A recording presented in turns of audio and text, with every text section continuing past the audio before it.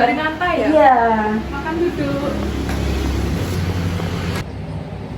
Gimana Mbak, duduknya malah sudah nyaman? Sudah Bu.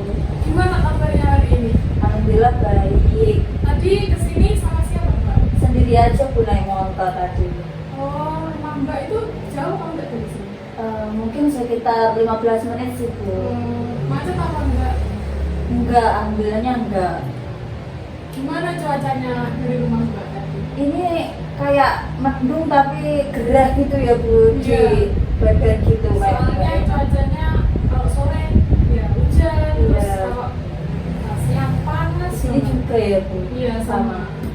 Soalnya lagi musim itu. Terus Mbak di sini apakah ada yang ingin diceritakan kepada saya? Iya Bu. Sebelumnya Mbak apakah pernah mengikuti konseling? Belum pernah. Berarti ini Masih pertama kali. apakah Mbak mengetahui apa itu konseling? Saya kayak dengar-dengar aja sih kayak apa ya kata-kata konseling gitu, tapi belum mengerti artinya gitu. Secara sepenuhnya Iya, apa? iya. Jadi saya jelaskan dulu ya. Di sini konselor itu saya sebagai konselor untuk membantu Mbak menyelesaikan masalah Mbak. Tetapi kalau Mbak itu sebagai konselor untuk menyelesaikan masalah Mbak sendiri nantinya. Terus di sini juga ada asas keterbukaan.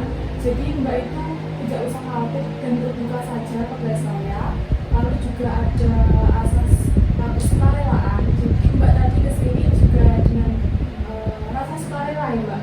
Terus selalu ada asas kerahasiaan. Jadi Mbak jangan khawatir kalau masalah Mbak akan tersebar kemana-mana karena di sini hanya saya dan Mbak yang mengetahui masalah ini. Dan sebelumnya konseling ini nanti dilaksanakan kurang lebihnya 30 sampai 40 menit ya Mbak. Apakah bisa dipahami? Bisa. Apakah sudah siap Mbak untuk bercerita? Insya Allah siap Bu. Silakan Mbak bercerita masalah Mbak. Ini saya itu ada masalah sama pacar saya Bu.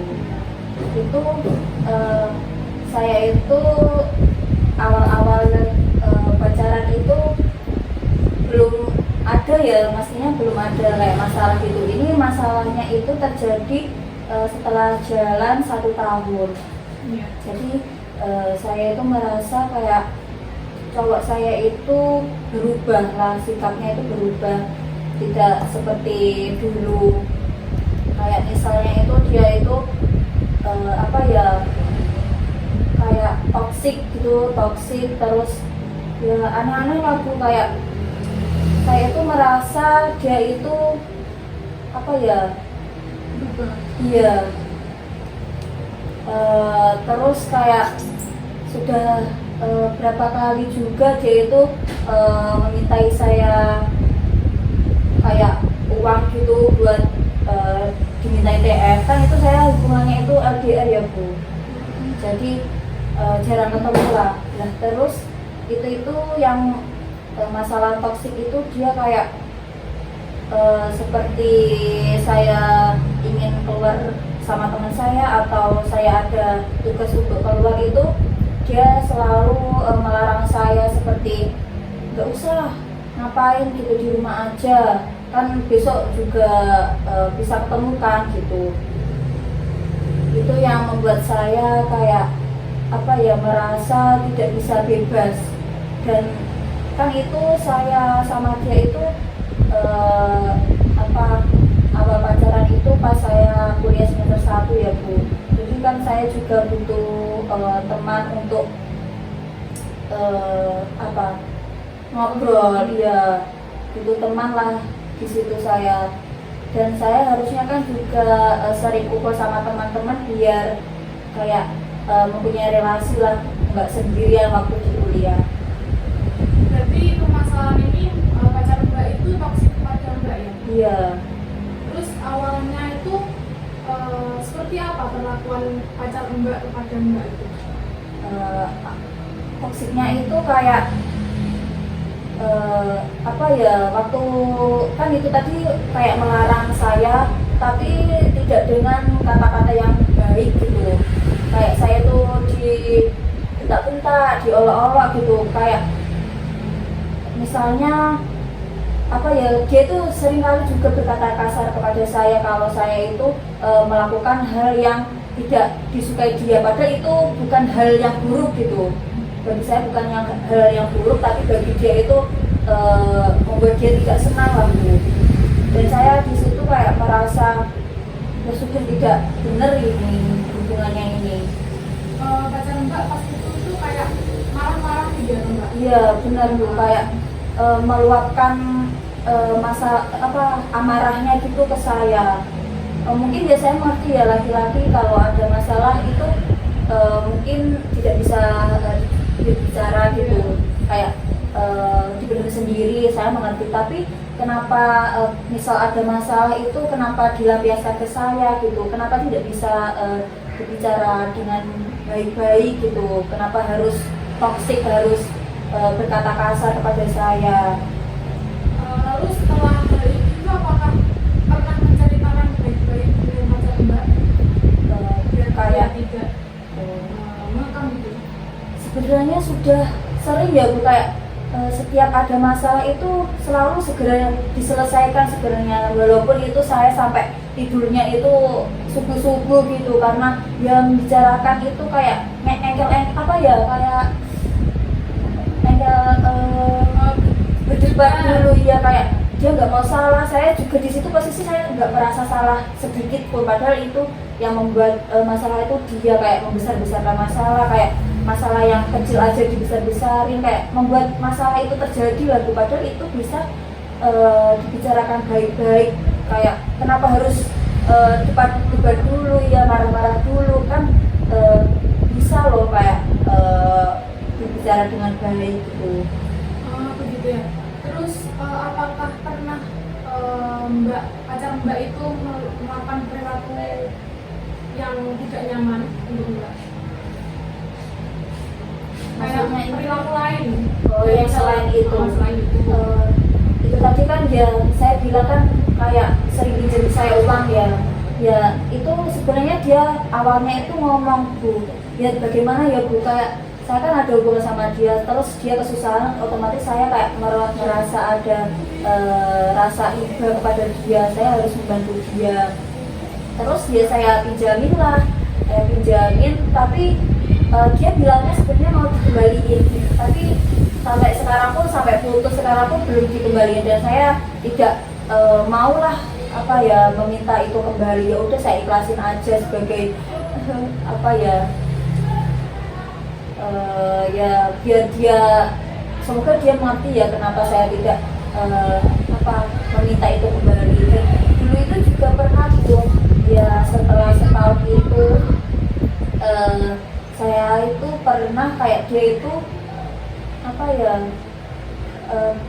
kayak bukan pas ulang tahun sih, tapi kayak ngode-ngode lah Bu, kayak ngode-ngode ini loh bagus, itu dia bilang kayak ngasih tahu saya itu foto sepatu, kan dia itu hobinya itu sebenarnya sepak bola. Sebenarnya dia itu baik Bu awal-awal, tapi nggak tahu ya kayak semakin lama itu dia kayak berubah gitu, saya nggak tahu kenapa.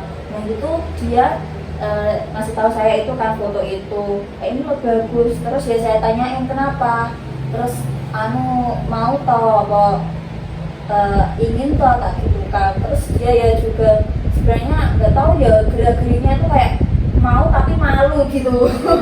Ya tapi terus ya saya ya dibilangin gitu, saya kayak ya udah iya saya belikan itu. Tapi dia itu kayak setelah itu kayak ya gimana ya, tetap aja gitu, tidak ada perubahan apapun, jadi ya tetap toksik juga. Nah terus pas juga pernah itu mengirim uang itu saya TF itu juga buat dia, nggak tahu untuk apa, pokoknya dia juga minta tolong ke saya itu. Berarti Mbak itu udah effort banget ya sama Ya. Mbak itu. Dan saya itu juga pernah, bukan saya LDR ya kan sama dia. Terus saya itu kayak pernah dia juga sebenarnya pernah kesini. Terus ya saya ada rasa ingin gantian lah ke sana gitu. Terus ya saya keinginan ke sana, ya saya berangkat ke sana. Terus itu juga pakai uang saya sih. Tapi kalau saya pikir-pikir ya itu kalau dia sebagai cowok harusnya saya beli tiket lah apa gimana, ada effort dikit lah kan kayak saya ke sana. Tapi kenapa dia juga tidak ada effort apapun, padahal saya juga udah memberikan sepenuhnya effort itu kepada dia kenapa tidak berpikir ya. Saya jadi agak kesel sih sebenarnya, di sana juga tidak nyaman gitu. Terus tapi ya saya langsung ke sana, tapi cuma 1 hari terus saya pulang. Kalau pas di sana itu Mbak menghampiri terus keluar gitu ya? Iya. Terus Iya. berarti pacar Mbak itu nggak pernah menghampiri Mbak gitu ya? Cuma 2 kali sih Bu itu. Berarti jarang banget ya? Ya jarang banget ketemu, ya cuma lewat chat aja hubungannya, kayak komunikasinya lewat chat. Terus kalau malam itu juga jarang telepon gitu Bu. Berarti lebih ke chat gitu ya? Iya, chat pun itu kayak dia tuh males-malesan kayak dry text Bu. Kayak ya sebenarnya saya kan ya ada cerita ya, tapi kenapa dia tidak meresponnya itu cuma cuma tidak, nggak ada respon yang baik seperti excited, cuma saya sendiri aja yang excited di situ. Berarti selain itu apakah ada lagi perlakuan? Oh iya Bu, itu juga dulu pernah kan, tapi ini saya mengetahuinya setelah beberapa tahun setelah itu sih, kayak udah lama. Saya tuh dikasih tahu sama temennya kalau dia itu pernah selingkuh di belakang saya gitu Bu. Dan saya tuh orangnya kan dia jadi kayak jarang lah pegang HP-nya dia, tapi saya itu pegang sosmednya IG. Dan dia itu iya Bu, toksiknya itu kayak WA, IG, email itu dipegang dia. Iya, dipantau sampai saya tuh sulit lah untuk kebebasan itu tidak ada pada diri saya Bu. Saya tuh sangat terkekang, saya merasa sangat tidak bisa bergerak apapun. Ya padahal saya tidak ada niat untuk menyelingkuhi dia gitu. Nah ceritanya pas itu saya dikasih tahu temannya kalau dia itu adalah berhubungan sama, kayaknya bukan cuma 1 orang deh. Nah saya pahamnya itu pas chatan lama itu mungkin dia menghubungi cewek lain ya. Saya merasa sih kayak dia jarang telepon saya, chatnya dry text, itu mungkin dia ada hubungan lain sama cewek lain, dan itu saya tahunya dari temannya dia. Dan saat itu saya berpikir kayak ya gimana ya, udah lama tapi kalau saya mengakhiri itu kayak saya itu bingung Bu, bagaimana cara mengakhiri hubungan ini. Berarti pas Mbak mengetahui pacar Mbak itu selingkuh, Mbak itu kayak langsung ingin mengakhiri hubungan apa gimana? Iya, sebenarnya saya sangat waktu itu kayak ingin langsung telepon dia atau chat dia, udah sampai sini aja, tapi saya tidak berani Bu. Sebelumnya Mbak itu kenal pacar Mbak itu dari mana sih? Itu awal-awalnya itu kenalnya dari sosmed sih Bu. Dia itu follow IG saya, ya saya follow back dia. Dan saya itu kan IG-nya nggak di privat ya, jadi saya tahu kayak profilnya itu kayak sesuai sama tipe saya gitu. Jadinya saya ya konfirmasi lah, kayak oke, nggak apa-apa kita berhubungan. Awalnya tuh saya juga berpikirnya cuma teman aja, tapi nggak tahu ya kok bisa nyaman gitu Bu. Terus kamu kan sudah mengetahui kalau pacar kamu selingkuh. Terus alasan apa yang membuat kamu tidak ingin putus dengan pacar kamu? Itu sih Bu, saya berpikir kalau ya hubungannya udah lama 2 tahun ya saat ini. Terus saya juga bingung bagaimana mengakhirinya. Terus saya itu merasa kayak bingung lah di sini itu. Sebenarnya juga ada sih pikiran seperti bisa gitu Bu, sulit gitu bagi saya. Terus apakah tanggapan orang tua Mbak terhadap hubungan Mbak ini? Kalau orang tua saya itu mengertinya cuma hubungan saya yang baik-baik aja. Saya kayak hubungan yang buruk-buruk tentang dia itu saya tidak bercerita. Belum berani sih Bu. Pastinya orang tua saya juga tidak suka ya kalau saya digitukan. Iya, Pastinya. jauh-jauh effort kayak gitu, Iya. tapi malah anaknya gitu. Terus kalau apakah Mbak pernah cerita dengan teman Mbak mengenai hal ini? Saya pernah cerita sih ke teman dekat saya. Saya ceritakan ya semuanya ini. Ya terus dia cuma menguatkan saya aja sih Bu. Juga kan nggak bisa memberikan solusi gitu. Terus menurutmu apa perilaku dari yang sudah kamu sebutkan tadi yang paling kayak berat banget buat jalanin hubungan itu apa? Menurut saya itu yang paling berat menurut saya yang pasti yang selingkuh itu kayak saya merasa sangat kecewa gitu. Terus sama dia ya semuanya sih Bu, sebenarnya yang toksik, yang menggoda itu. Berarti Mbak itu sangat kecewa ya? Iya, sangat sangat kecewa sama sikap dia yang seperti itu. Tapi dia itu apakah pernah apa ya?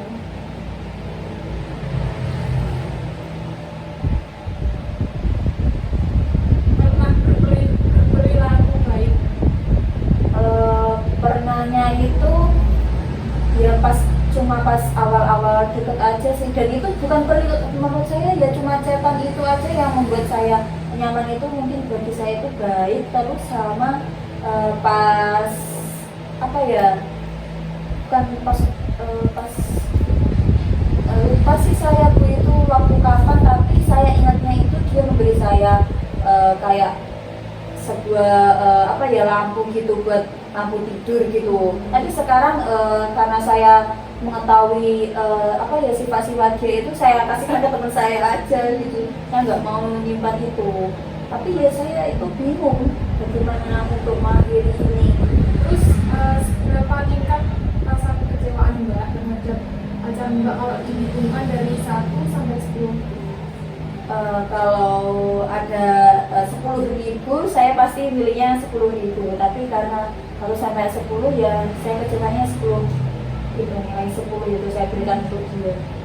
Berarti untuk sesi ini berarti Mbak itu tujuannya untuk ingin mengakhiri hubungan ini ya? Iya. Baik, jadi Mbak kan ingin mengakhiri mengakhiri hubungan ini yang toksik ya. Iya. Terus sesuai dengan kenyataan apa yang bisa Mbak capai, apakah sampai saat itu sudah sesuai dengan yang Mbak inginkan? Iya, jadi bukan itu yang saya pilih untuk saat ini. Terus saya sudah capek gini-gini terus, gak ada perubahan apapun gitu. Baiklah, jika saya mempunyai tongkat ajaib ya, Mbak itu bisa lepas dari pacar Mbak yang saat ini, apa yang Mbak rasakan? Pastinya saya sangat senang, sangat lega, kayak saya bisa hidup kembali lagi. Saya merasa seperti dilahirkan lagi, menjadi manusia yang tanpa beban pikiran, tanpa merasa tertekan gitu. Lalu setelah hubungan yang berliku-liku ini, ada saat apa sih Mbak kayak merasa hubungannya Mbak dengan pacar Mbak itu baik-baik aja gitu? Kayak ada nggak suatu momen hubunganmu terasa baik-baik aja gitu? Kalau gitu ya cuma pas awal itu Bu, soalnya ya setelah mungkin 1-6 bulan ya Bu, masih baik-baik aja, belum ada masalah apapun. Tapi setelah 1 tahun itu ya itu sudah berulang itu. Berarti pacarannya itu dari tahun kapan ya? 2022 Bu sampai sekarang. Berarti sudah cukup lama ya. Iya Bu, makanya itu saya kayak bingung bimbang bagaimana mengakhiri ini semua.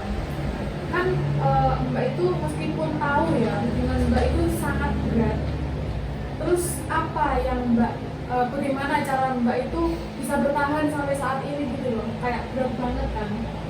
Salah satunya itu saya juga iman dan berharap bahwa dia itu di kemudian hari itu bisa berubah. Saya masih berharap kalau dia itu berpikirlah kalau ini udah lama, harusnya saya memperbaiki hubungan ini sama saya gitu. Yaitu salah satu yang membuat saya ya bertahan. Lalu sebagai langkah pertama ya, gimana jika Mbak ini mencoba untuk melakukan hal yang membuat Mbak bahagia itu tanpa melibatkan pacar Mbak. Lalu setelah Mbak melakukan hal tersebut, Mbak bisa menceritakan apa yang Mbak lakukan selama 2 minggu itu kepada saya, dan bagaimana perasaan Mbak saat itu. Apakah Mbak bisa menerimanya? Jadi saya itu menulis gitu. Iya, bisa menulis apa, diceritakan, Apa yang tulis, bisa diceritakan langsung, bisa disebut itu kepada saya. Gimana? Terus Jadi saya itu di situ menceritakan yang saya lakukan yang membuat saya bahagia. ya, ketika Mbak lepas dari pacar Mbak. ya, baik. Terus saya percaya kalau Mbak itu bisa, karena Mbak di dia itu Mbak sangat kuat ya sampai sekarang bisa Iya, Bu. menahan itu. Terima kasih. Langkah kecil yang kita lakukan kali ini dan Mbak laksanakan itu adalah langkah awal yang baik. Terus saya akan mendukung Mbak dalam proses ini. Sebelum itu kita perjanjian dalam sesi berikutnya Mbak bisa menuliskan apa yang membuat Mbak bahagia Itu tadi ya. Ya, tolong silahkan menuliskan. Ya. Apakah ada lagi ceritakan? Mungkin cukup ya Bu, itu saja yang membuat saya terjengkel sama dia. Baik, itu saja ya. Ya. Terima kasih ya Mbak sudah terbuka di sesi kali ini. Saya yakin Mbak bisa melalui hal ini, terus bisa dilanjutkan di sesi berikutnya ya, kalau nanti kita jadwalkan untuk sesi berikutnya. Baik Bu. Silakan bisa. Terima kasih ya Bu.